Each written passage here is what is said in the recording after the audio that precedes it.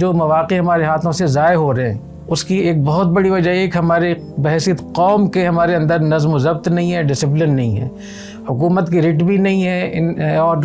اس ملک کی آنرشپ بھی نہیں ہے، اجتماعیت بھی نہیں ہے اور ڈسپلن اور نظم و ضبط بھی نہیں ہے۔ تو جو مواقع ہمیں مل رہے ہیں وہ ضائع ہو رہے ہیں۔ تو میں یہ سمجھتا ہوں کہ ابھی سے بچوں کو ترتیب سے ان کو سکھانا، نظم و ضبط سکھانا، صفائی ستھرائی،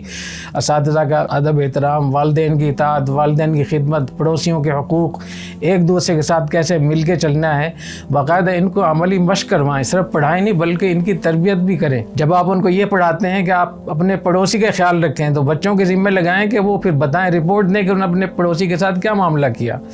جب ہم یہ کہتے ہیں کہ ایک غریب کی مدد کریں تو بچوں کے ہاتھوں سے غریب کی مدد کروائیں، تو جتنا بھی ہم تربیہ ماڈل کو ساتھ شامل کریں گے تعلیم میں، اتنی ہی ہمارے ملک کی، ہماری معاشرے کی، ہماری مستقبل کی انشاءاللہ بہتری ہوگی۔